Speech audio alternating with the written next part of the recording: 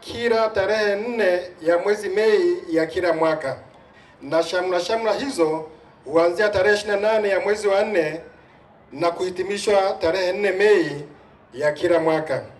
Ndugu mgeni rasmi, Disemba 2 mwaka 1998 kulitokea tukio kubwa lililotikisa jamii ya Linton. Linton ni moja ya miji katika nchi ya Australia na ulimwengu kwa ujumla. Ulimwengu ulisisimuka kwa muda baada ya kupata taarifa zenye kuhuzunisha kuwa wazimamoto 5 wamepoteza maisha kwenye tukio la moto. Mkasa huu uliwapata wakiwa katika kutekeleza majukumu yao ya kila siku. Mkoa maarufu wa Victoria ni mojawapo ya mikoa katika nchi ya Australia. Kulikuwa na moto mkubwa wa misitu ambao wazimamoto wa mkoa huo walikuwa wakipambana nao. Baada ya kuona moto huo ni mkubwa na unaozidi nguvu, wakaomba msaada ili kuongeza nguvu kutoka mkoa wa Linton, yani jiji la Linton. Wito huu ulipokelewa kupitia kituo cha zimamoto na uokoaji kilichoitwa Greenlawn West Fire Brigade. Wazimamoto wafuatao walitoka katika mkoa huo kwenye kituo hicho wakiwa na fire tender kwenda kuongeza nguvu katika mji huo wa Victoria. Wazimamoto hao ni wasome majina yao. Mmoja aliitwa Gary via David, lakini wa pili aliitwa Chris Evans, wa tatu ni Stuart Davidson, wa 4 ni Jason Thomas na wa 5 ni Matthew. Hawa wote 5 walifika eneo la tukio, na baada ya kufika eneo la tukio walianza kupambana na moto. Mara baada ya muda mfupi upepo ulibadili uelekeo na kuzingira gari yao, na wao wote 5 wakiwa katikati ya moto huo wakashindwa kujiokoa, wakapoteza maisha kwa kuungua kwa moto. Ndugu mgeni rasmi, kitendo hiki ndicho kilichompelekea mkuu wa zimamoto wa Australia kutangaza siku ya mapumziko ya kitaifa na kuita siku ya zimamoto kitaifa, International Fire Fighting Day, ikiwa inalenga kuwakumbuka wazimamoto wote waliopoteza maisha wakiwa katika kutekeleza majukumu yao ya kazi, na pia kuwapa tuzo wazimamoto wanaohatarisha maisha yao ya kila siku kuokoa maisha na mali za watu. Ndugu mgeni rasmi, nafikiri tumeshuhudia namna ambacho taarifa hii inakisema. Ndugu mgeni rasmi, siku hii ina alama za kitaifa za utambulisho ambazo ni utepe wa rangi nyekundu na ya buluu. Kama umeona zile farasi zetu zina hizo utepe kuashiria rangi ya buluu ni kwa ajili ya maji na rangi nyekundu ikiwasilisha moto. Ndugu mgeni rasmi, siku hii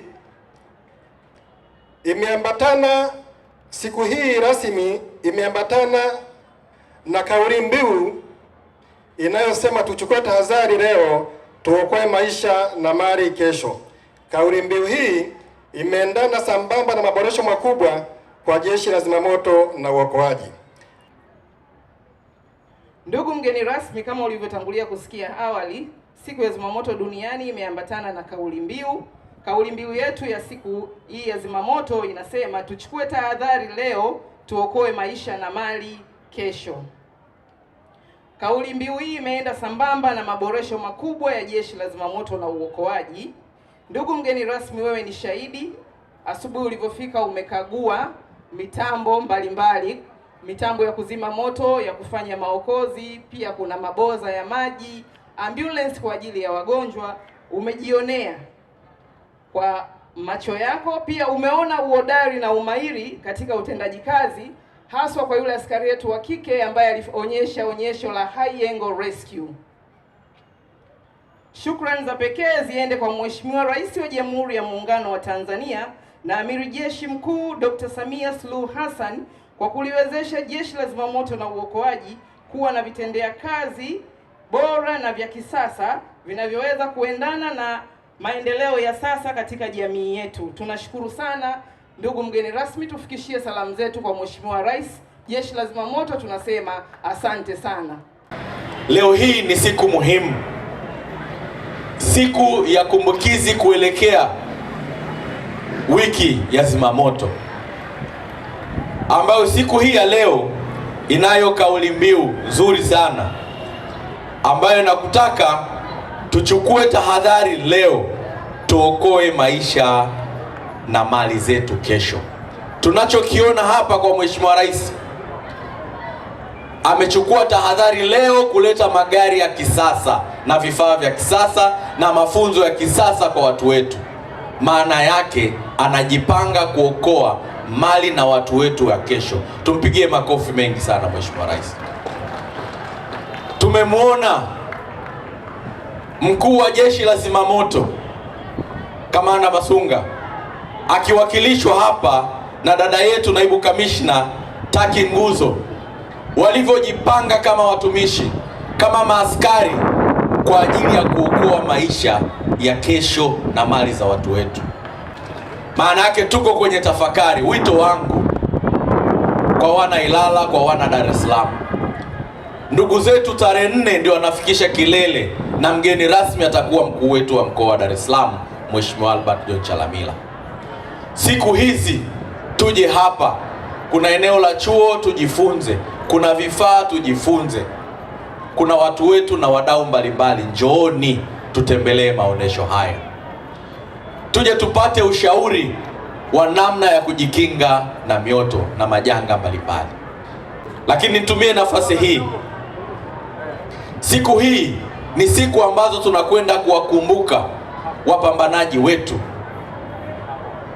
mashujaa wetu ambao wamepoteza maisha yao au wamepata ulemavu kwa sababu ya kuokoa maisha ya wengine au kuokoa mali za wengine. Tunawashukuru sana. Ile siku ya tarehe 4 naamini tutakaa pamoja, tutasimama kuwaombea maisha mema wenzetu ambao wamepata majeraha, lakini kuwaombea kheri wale wenzetu waliokufa wakati wanaokoa mali za wengine. Lakini katika kipindi hiki ni kipindi ambacho tunatumia pia kutoa elimu. Ni kuhakikishie naibu kamishna ambaye unamwakilisha kamishna mkuu, sisi kama mkoa wa Dar es Salaam, sisi kama Ilala, tutaendelea kushirikiana na Jeshi la Zimamoto kuhakikisha wanatoa elimu kila mtaa, kila kata, ili watu wetu waweze kwenda na kauli mbiu ya kuchukua tahadhari leo ili kuokoa mali na maisha yao ya kesho. Tuko tayari, na niwapongeze kwa kuamua kuongeza vituo. Zamani tulikuwa na kituo kimoja tu hapa Faya, sijui Temeke, Kinondoni. Leo hii tunazungumzia kuwa na vituo 9 na kuongeza vituo zaidi ya 9. Makofi mengi sana kwenu. Na tunatambua mnaenda kuanzisha vituo katika mazingira magumu. Juzi kama na Mambusi, kuna watu wetu wa Chanika walienda huko, dada yangu Taki nikwambie. Sasa huko barabara sio nzuri, unajua, na nyewe mmepeleka kambi huko. Sasa ya magari ya kisasa yakapita kwenye barabara ina tope, ila vijana wako ni wazuri, wenye utashi, walipambana kuhakikisha gari wanaitoa. Tuwapongeze na tuwapigie makofi sana. Walikwenda kutekeleza wito wa simu waliopigiwa, lakini walihakikisha wanaitoa gari kwa wakati. Makofi mengi sana kwao. Lakini tupelekee shukrani kwa Kamishna Jenerali. Tunayo mashirikiano mazuri sana na makamanda wote wa zimamoto wa mikoa na kamanda wetu ndugu Peter Mabusi ambaye yeye anawakilisha wenzie kwenye kuu ya mkoa wa Dar es Salaam. Tunayo mashirikiano mazuri sana. Tupelekee shukrani kwamba tunafanya nao kazi vizuri. Na bahati nzuri ninyi ni mashahidi. Tulipopata changamoto za mioto mbalimbali, mmeona tunakuwa nao. Wito wangu,